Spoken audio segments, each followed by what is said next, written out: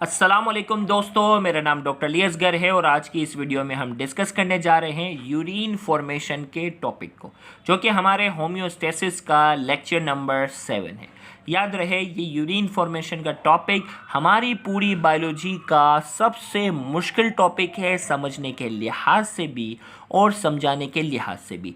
तो आज के इस मुश्किल तरीन लेक्चर को हम शुरू करने जा रहे हैं। उम्मीद करते हैं इस लेक्चर को आप बहुत तवज्जो के साथ सुनेंगे और समझने की कोशिश करेंगे, और इस लेक्चर में एंड में आपसे पूछे जाएंगे कुछ सवालात और उनके जवाबात भी आप सही देंगे।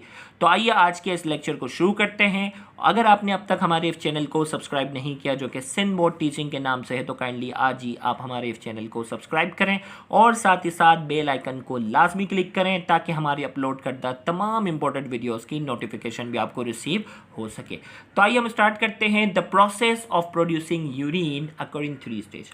भाई, जो यूरिन बनती है, जो हमने इससे देखें, इस लेक्चर को समझने के लिए आपको पहले किडनी का स्ट्रक्चर अच्छे से याद होना चाहिए। आपको नेफ्रॉन का जो स्ट्रक्चर इससे पहले वाले लेक्चर में आपको डिटेल में समझाया गया, वो भी अच्छे से आपको मालूम होना चाहिए, तो ही फंक्शन समझ सकोगे ना। आपको अगर स्ट्रक्चर ही नहीं पता तो फंक्शन कैसे समझेंगे। तो अब जो है, अगर स्ट्रक्चर अच्छे से पता है तो फंक्शन पे बात करेंगे। The process of producing urine occur in 3 stage. 3 stage में जाकर जो है यूरिन बनती है, जिसमें सबसे पहला स्टेज है ग्लोमेरुलर फिल्ट्रेशन, दूसरा है सेलेक्टिव रीएब्सॉर्प्शन, तीसरा है tubular secretion. One by one हम सबको पढ़ने जा रहे हैं। सबसे पहले हम बात करते हैं ग्लोमेरुलर फिल्ट्रेशन की। This process is initiated in the glomerulus when blood is filtered out under hydrostatic pressure, leaving the small molecule of waste and other compound as glomerular filtrate. This process is called ultrafiltration. अब होता क्या है glomerular filtration, ये जो process आ रहा है ना, उसे अल्ट्रा फिल्ट्रेशन भी कहते हैं। अब देखो भाई, ब्लड जो है वो एफेरेंट आर्ट्यूल के जरिए दाखिल हुआ था, इससे पहले वाले लेक्चर में पढ़ा था, और इफेरेंट आर्ट्यूल के जरिए क्या हो रहा, जा रहा था। एफेरेंट आर्ट्यूल का जो डायमीटर था वो लार्ज है बनिस्बत किसके, इफेरेंट के, लिहाजा ब्लड जो होता है वो बहुत तेज़ी से ग्लोमेरुलस में आ रहा है और बहुत कम स्लो रफ्तार से क्या हो रहा है, बाहर जा रहा है। तो लिहाजा यहाँ प्रेशर क्या है, बहुत ज़्यादा। और प्रेशर जब बहुत ज़्यादा होता है तो उनके जो कैपिलरीज हैं, उसके क्या होते हैं, इन कैपिलरीज में अल्लाह ताला ने बहुत सारे सुराख दिए, होल्स दिए। तो उन होल से क्या होता है, water, amino acid, glucose, waste product, ये बहुत सारी चीज़ें निकल कर कहाँ जाती हैं, into the cavity of Bowman's capsule. ये क्या है, बोमांस कैप्सूल की कैविटी के अंदर क्या हो गई हैं, ये चीज़ें आ गई है। और ये जो पूरा प्रोसेस है जिसमें waste product, water, amino acid, ये जो चीज़ें निकल जाती हैं, उसे हम कहते हैं अल्ट्रा फिल्ट्रेशन। फिल्टर कर रहे हैं ना भाई। तो यहाँ हमने कहा this process is initiated in the glomerulus. भाई, यूरिन फॉर्मेशन का जो प्रोसेस है वो शुरू हो गया है ग्लोमेरुलस में। व्हेन ब्लड इज फिल्टर्ड, और ब्लड फिल्टर होगा under hydrostatic pressure. Hydrostatic pressure यहाँ हाई था, इसकी वजह भी हमने डिस्कस की हुई है। Leaving the small molecules of waste and other compound as glomerular filter, जिसमें छोटे मॉलिक्यूल और जो दूसरे कंपाउंड है, अब ये ग्लोमेरुलर फिल्ट्रेट की शक्ल में क्या हो गए, बोमांस कैप्सूल के अंदर आ चुके हैं। इस प्रोसेस को हम नाम देते हैं, this process is called ultra filtration. क्या कहते हैं इसे हम, अल्ट्रा फिल्ट्रेशन कहते हैं। अब जो वो आइए इसकी एक्सप्लेनेशन की तरफ आती है, तो डेफिनेशन थी कंपोजिशन ऑफ ग्लोमेरुलर फिल्ट्रेट। अब ये जो फिल्ट्रेट यहाँ से अलग हुआ, भाई ये जो फिल्ट्रेट यहाँ से अलग हुआ है, इसके अंदर क्या क्या चीज़ें आ चुकी हैं। Okay, glomerular filtrate contain water, पानी है, इलेक्ट्रोलाइट्स हैं जिसमें सोडियम, पोटेशियम, बहुत सारे आइंस हैं, इलेक्ट्रोलाइट्स हैं, सम अमाइनो एसिड्स, कुछ अमाइनो एसिड्स हैं, बाइकार्बोनेट्स हैं, नाइट्रोजिनस वेस्ट हैं like urea, uric acid, creatinine. ये सब क्या हो चुके हैं, ग्लोमेरुलर फिल्ट्रेशन की शक्ल में क्या हुए हैं, अलग हुए हैं। अब ये कौन से फैक्टर हैं जो ग्लोमेरुलर फिल्ट्रेशन को तेज़ करते हैं, उसकी बात करेंगे। Factors on which glomerular filtration rate depend. वो कौन सा फैक्टर है जिस पर ग्लोमेरुलर फिल्ट्रेशन डिपेंड करता है, जिसे शॉर्ट में कहते हैं GFR। अक्सर जो है ना, किडनी के अस्पताल जाओगे ना, तो उसमें अक्सर उसकी रिपोर्ट में लिखा होता है इसका GFR इतना आ रहा है, इसका GFR इतना है, इसका ज़्यादा है, इसका कम है, तो ये वाली बात है। तो शॉर्ट में GFR भी कहते हैं। Glomerular filtration rate is directly proportional to the hydrostatic pressure. भाई, ग्लोमेरुलर फिल्ट्रेशन किसके ऊपर डिपेंड करता है, प्रेशर पे डिपेंड करता है। Exerts in its wall. अब देखो भाई, ग्लोमेरुलर फिल्ट्रेशन किसके ऊपर डिपेंड करता है, प्रेशर पे, और प्रेशर तो यहाँ हाई था ना, जितना ज़्यादा प्रेशर होगा फिल्ट्रेशन उतना ज़्यादा अच्छे से होगा। तो हमने कहा ग्लोमेरुलर फिल्ट्रेशन रेट जिसे जीएफआर कहते हैं is directly proportional to the hydrostatic pressure. Hydrostatic pressure के ये डायरेक्टली प्रोपोर्शनल है, जितना ज़्यादा प्रेशर होगा उतना ज़्यादा फिल्ट्रेशन अच्छे से करेगा। एक्सर्टेड इन इट्स वॉल, जो कि इसकी वॉल पे प्रेशर अप्लाई होता है, which is due to the difference between the diameter of afferent and efferent arteriole. ये भी हम इससे पहले डिस्कस कर चुके हैं कि एफेरेंट आर्टियोल का डायमीटर ज़्यादा है बनिस्बत इफेरेंट के, जिसकी वजह से ब्लड तेज़ी से आ रहा है, जबकि जाने की रफ्तार कम है तो प्रेशर बहुत ज़्यादा है। Kidney receive 180 litre of blood by circulation in 24 hours. 24 घंटे में 180 लीटर ब्लड जो होता है वो क्या होता है, किडनी से गुजरता है। And after filtration it produce 2.5 litre urine in normal climatic condition. Normal का देखा, पानी ज़्यादा पियोगे तो यूरिन ज़्यादा बनेगी, सर्दी वाले मौसम में पेशाब ज़्यादा लगेगी, गर्मी में कम लगेगी। तो हम बात करते हैं नॉर्मल क्लाइमेटिक कंडीशन के अंदर 180 लीटर ब्लड जो है वो वहाँ से गुजरता है, जबकि यूरिन जो एवरेज बनती है वो कितनी बनती है, 2.5 लीटर यूरिन जो है वो एक नॉर्मल क्लाइमेटिक कंडीशन के अंदर बनती है। तो यहाँ हमने बात की है ग्लोमेरुलर फिल्ट्रेशन की। अब हम बात करने जा रहे हैं सेलेक्टिव रीएब्जॉर्प्शन की। तो यहाँ हमने कहा selective reabsorption is the process whereby certain molecule after being filtered out of the capillaries along with nitrogenous waste product and water in the glomerulus are reabsorbed from the filtrate as they pass through the nephron and return back to blood circulation। भाई अब मसला अब ये था कि glomerular filtration तो हो गई। ग्लोमेरुलर फिल्ट्रेशन में मसला क्या हुआ कि यहाँ वेस्ट प्रोडक्ट भी निकल गए, लेकिन वेस्ट प्रोडक्ट के साथ साथ अमाइनो एसिड चला गया। भाई अमाइनो एसिड तो हमारी बॉडी के लिए बहुत ज़रूरी है, भाई इसको वापस लाना है। इसी तरीके से इलेक्ट्रोलाइट चले गए, सोडियम और ये जो लिमिटेड अमाउंट में जो है वो हमें उसकी भी फिर ज़रूरत है। भाई इलेक्ट्रोलाइट चले गए, भाई ग्लूकोज भी निकल गया। भाई ग्लूकोज तो हमारी बॉडी के लिए ज़रूरी है।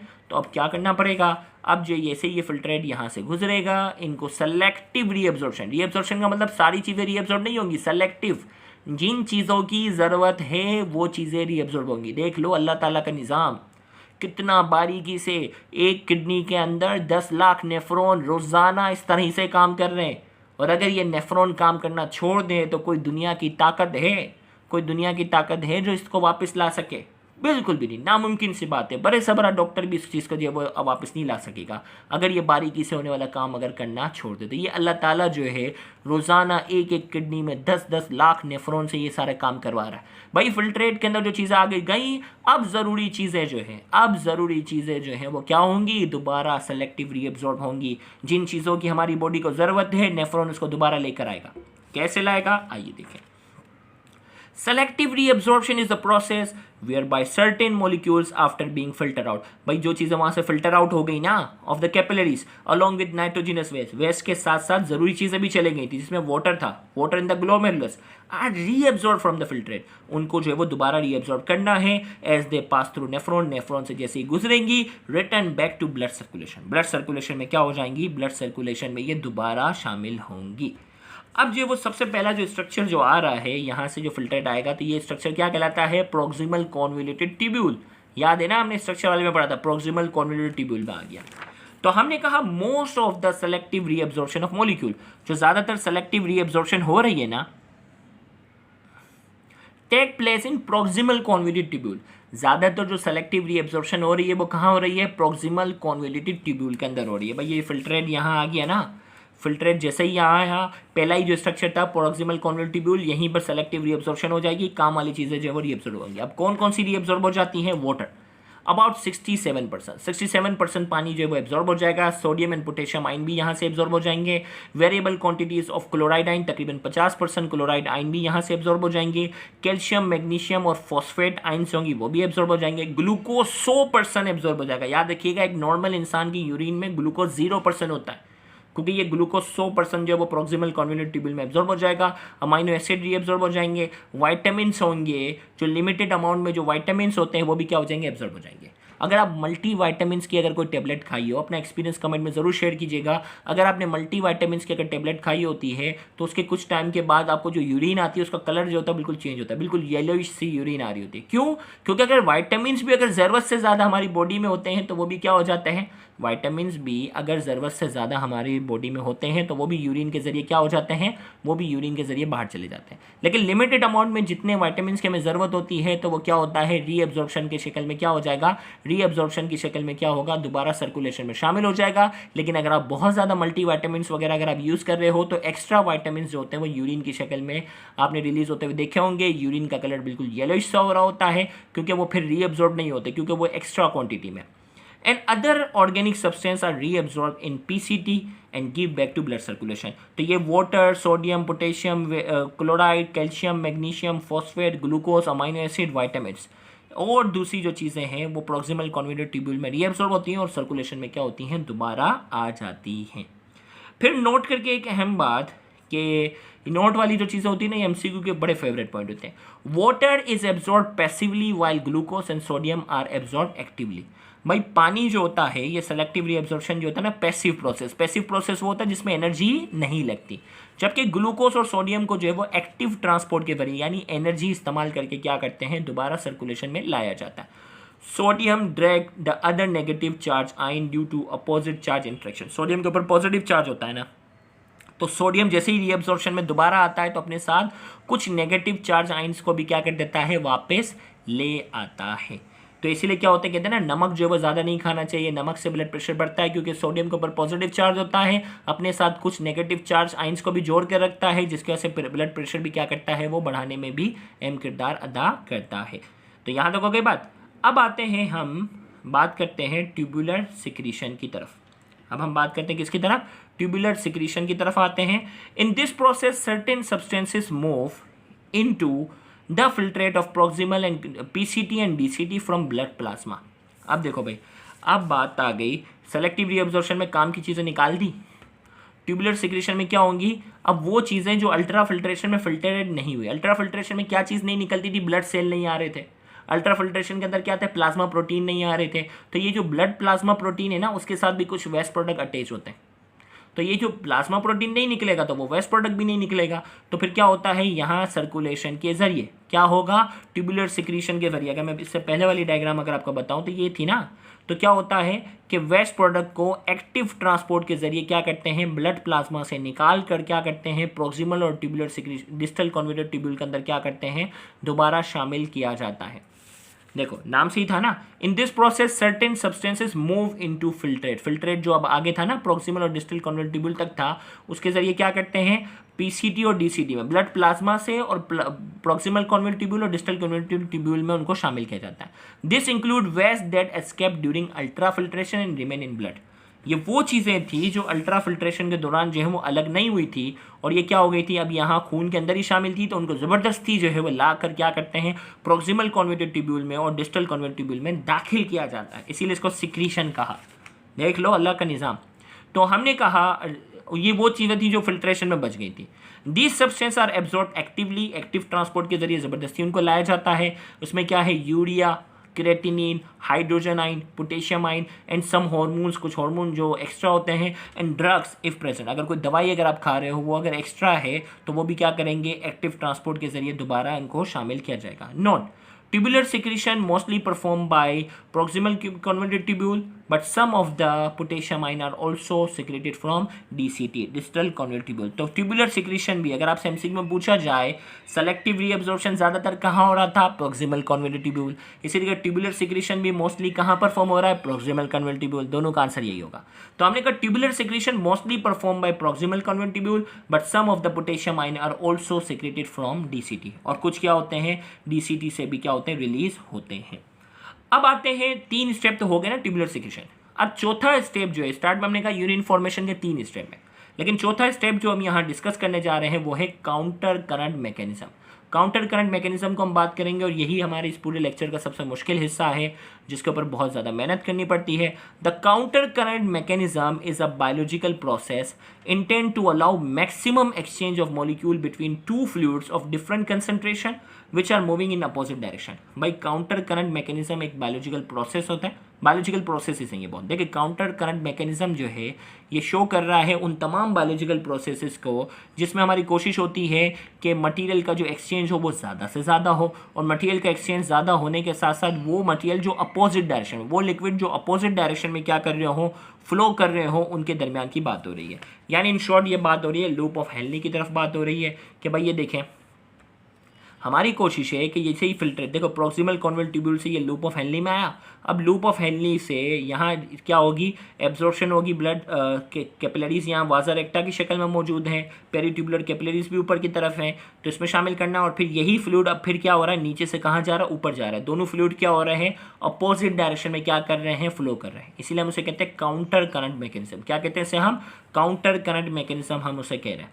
तो अब देखो भाई क्या होगा, तो सबसे पहले काउंटर करंट मैकेनिज्म की definition, the counter current mechanism is biological process intend to allow maximum exchange of molecule. इसमें हमारी कोशिश होती है कि मॉलिक्यूल के दरमियान जो एक्सचेंज है वो मैक्सिमम हो between two fluids of different concentration. दो फ्लूइड होंगे, उनकी कंसंट्रेशन बिल्कुल अलग होगी, which are moving in opposite direction, जो कि अपोजिट डायरेक्शन में मूव करेंगे।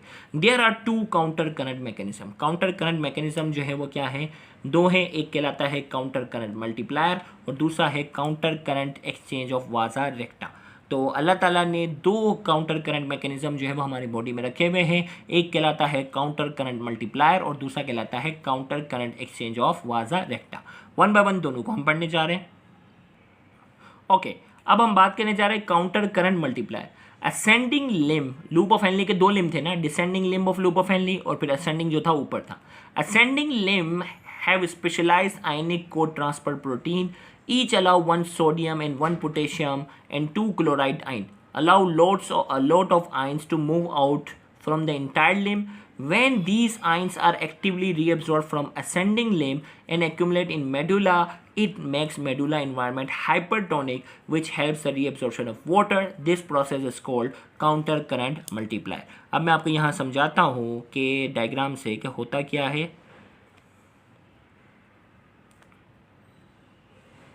डायग्राम से मैं आपको समझाता हूँ होगा क्या। अब देखो भाई, देखो ये था descending limb of loop of Henley, ये है ascending limb of loop of Henley.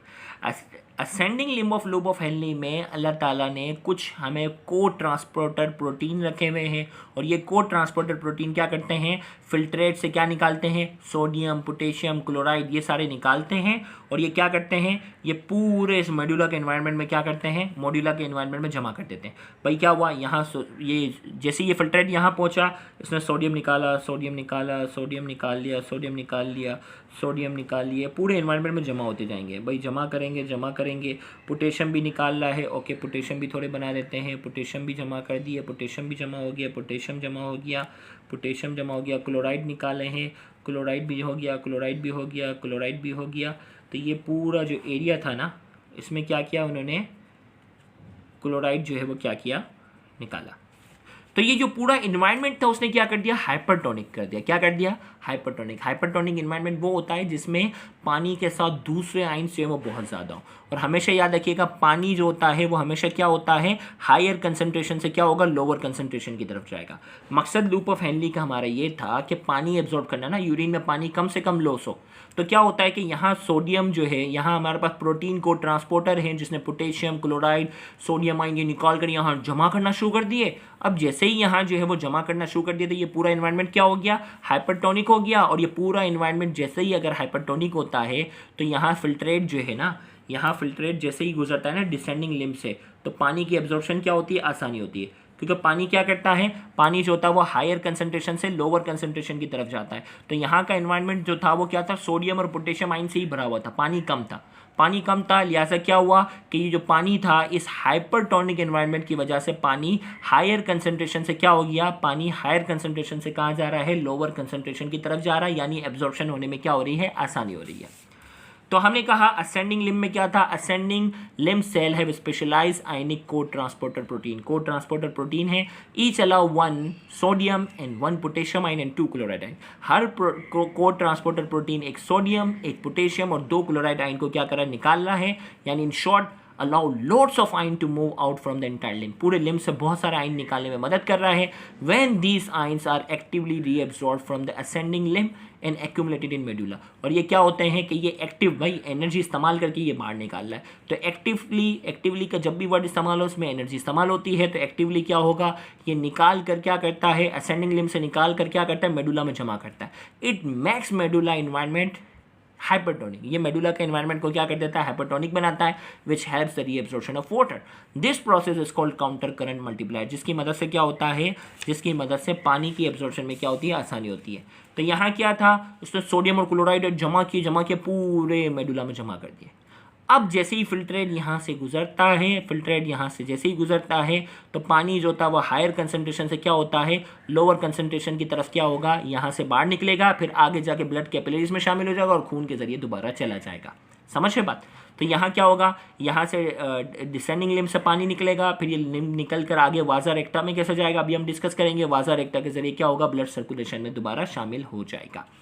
तो ये प्रोसेस कहलाता था काउंटर करंट मल्टीप्लायर। अब कौन कौन से फैक्टर हैं जो पानी की रीएब्जॉर्प्शन को बढ़ाते हैं, कौन कौन से फैक्टर हैं जो पानी की रीएब्जॉर्प्शन को बढ़ाते हैं, जिसमें सबसे पहला हार्मोन है एल्डोस्टेरोन।